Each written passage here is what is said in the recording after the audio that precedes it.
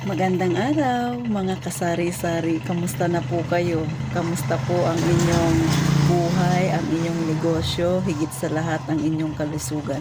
So magta-topic tayo ngayon ng kapaki-pakinabang ha. Ngayon pa lang medyo natatawa ako. Pero sana kapulutan ito ng aral ng mga magulang dyan, ha, mga nanay dyan ha. Siyempre, kayo yung madalas na nakakasalamuha ng inyong mga anak. So ano ba ito? So mabalik tayo sa aking kabataan. Nung ako ay high school pa, ang pangarap ko ay maging isang reporter o kaya maging pulis, o di ba?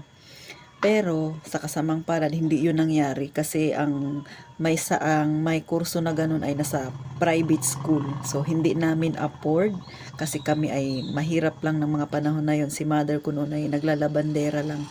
Tapos ang father ko ay driver. So medyo mahal pag sa private. So siyempre wala kami kakayanan na doon ako mag-aral. Si mother ko ang gusto niya ay teacher yung kunin ko sa elementary. Ayoko. Kapipilit-pilit ni mother ko na buburyong ako. Ang ginawa ko, nag-exam ako doon sa public school na kasi may public school dito sa amin na pang kolehiyo. Bago ka makakapag-aral doon, kailangan mong kumuha ng entrance exam para kumuha na kung anong course ang gusto mo. Kaya lang, wala doon yung gusto kong course. So napilitan ako ngayong kumuha ng ibang kurso dahil lang gusto kong iwasan yung kurso na gusto ng nanay ko. Ayoko nga maging teacher kasi yung aking sa mga bata, yung aking pasensya ay ganito lang kaikli. Sabi ko sa nanay ko, ayaw kong maging teacher kasi ayaw kong habang buhay na nag-aaral. Ano bang ibig kong sabihin? Kaway-kaway sa mga teacher diyan na hanggang ngayon, 'di ba, yung trabaho na para sa school dala-dala pa rin hanggang sa bahay. So ganun mga kasari, ayaw kong nagtatrabaho ako na ang trabaho na galing sa school dadalhin mo pa hanggang bahay kahit may edad ka na, o di ba? Tuloy-tuloy ka pa rin sa pag-aaral. So ayoko siya. Sa makatwid, hindi ko talaga feel na maging teacher ako. Ang gusto ko ay pulis, ang gusto ko ay reporter.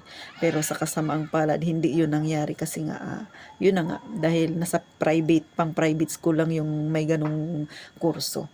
So, kaiiwas ko sa nanay ko na yun ang ipakuha niya sa akin. Kumuha ako ng ibang kurso. HRM ang kinuha ko. Kumuha ako noon nang wala akong kaalam-alam, kung ano, wala akong background, kung ano ba yung meron doon. Hindi ako nagkaroon ng idea. Hindi ako nag-isip kung bakit yun. Basta ako ay nakigaya lang. Sabi kasi nung kaklase ko nung high school, magandang course daw yun. Di ako naman, sige. Ay di, yun, nag-exam ako. Pumasa naman ako kasi ang average ko na nakuha nung nag-exam ako ay 86. So, kahit anong course pwede kong kunin. Actually, pasok pa nga yung pagiging teacher doon. Pero sabi ko sa nanay ko ay hindi siya umabot kasi kailangan mas mataas yung course. Yung average, di ba? So, ganun. Nagsinungaling ako sa nanay ko. Sabi ko, yung teacher, mas mataas yung average pala. So, hindi ako umabot, HRM lang. So, ganun mga kasari kasi nga hindi ko siya gusto sa sobra kong iiwas doon sa course na gusto ng nanay ko. Nag-aral ako ng HRM, hindi ko siya tinapos. Isang taon lang, tinapos ko rin yung isang taon kasi wala akong ganang mag-aral. Pangalawa, bukod sa wala akong gana, yung mga subject niya, nahihirapan ako kasi maraming computation. Di ba hotel and restaurant management nga, hindi nga naman ako magaling mag-compute. Isa yun sa problema ko mga kasari kasi hindi ako kagalingan sa math. Aminado ako dyan. Pero kung ang pag-uusapan natin ay debatehan, Filipino at saka history, doon po ako magaling. Lalo sa mga debate-debate yan, dyan ako magaling. Kaya nga yung gusto ko ay reporter noon at saka o kaya pulis kasi magaling akong magsaulo sa ulo ng mga kung ano-ano. Pero wag lang talaga yung nagtuturo ako, hindi ko talaga siya feel. At saka lalo na kung mga batang tuturuan kasi maliit lang talaga yung pasensya ko pagdating sa mga bata. So ganun po. So tinapos ko naman yung isang taon ng HRM. Then nag-shift ako ng panibagong course. Kasi nga nauuso na noon yung computer. Kaya lang nadismaya ako nung nagtapos ako ng computer. Kasi vocational course lang yun, 1 year. So tinapos ko. So nakadalawang taon lang ako sa college. Kasi ang computer dito sa amin sa Palawan, kung ikukumpara mo sa Manila, parang ganito ang kanyang distansya. Kami dito sa Palawan, ang computer ay parang grade 1 pa lang. Sa Manila, grade 5 na sila. So nakita nyo kung gaano kalayo ang agwat ng Manila at saka Palawan pagdating sa learning ng computer. So ganun po.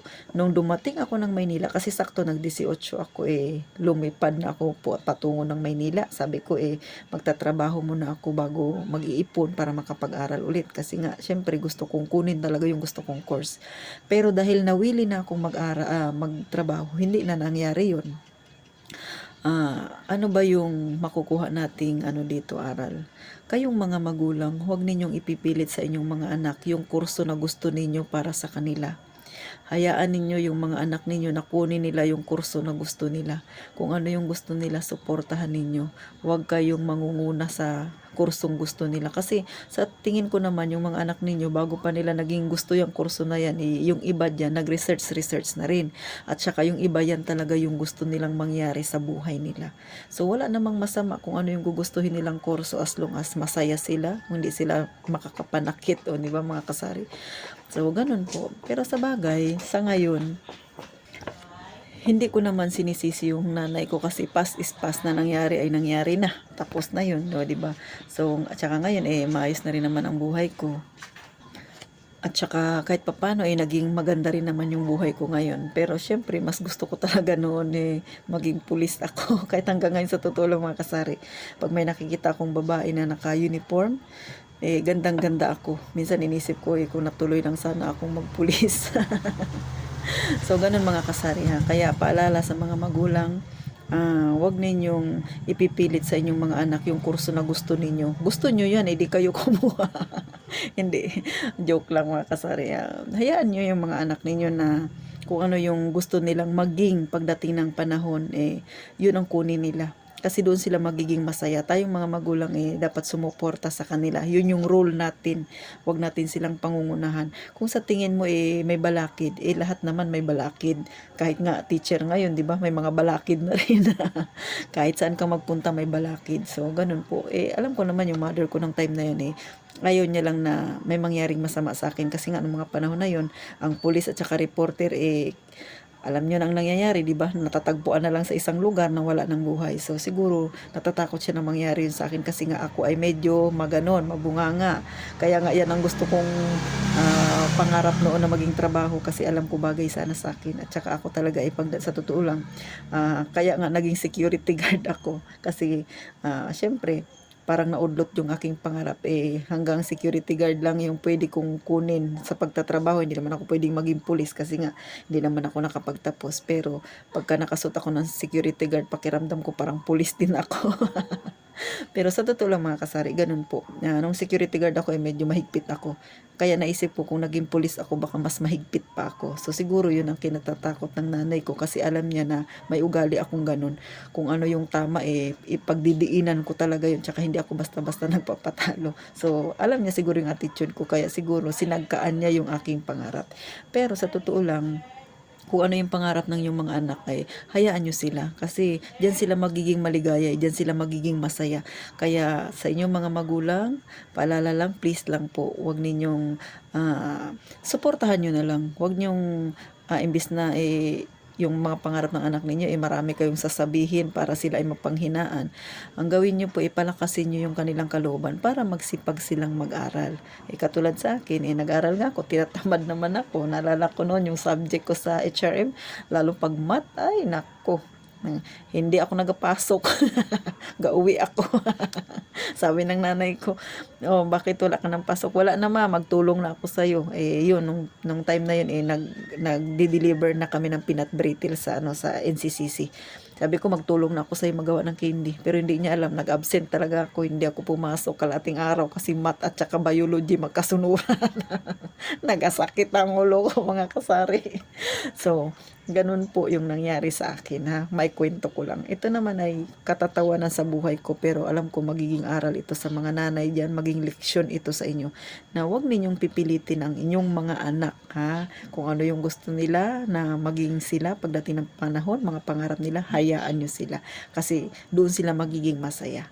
So sana nakuha ninyo ang ibig kong sabihin, ang aral at lesson na napulot ninyo sa aking experience, ha, kung bakit hindi ako nakapagtapos ng pag-aaral. So paano po, sana wag kayong manawang suportahan ng aking channel, pampamilyang usapin, mapanegosyo man, ha? Kahit broken hearted ka pa, pwede nating pag-usapan yan dito sa channel ko, mga kasari, ha. Sari-sari ang ating pwedeng pag-usapan. Kasi gusto ko ring makatulong sa inyo, makapagbigay ng idea, yung iba ay malinawan. Baka may bumabagabag sa kanila, ha, sa mga problemang natatapik ko.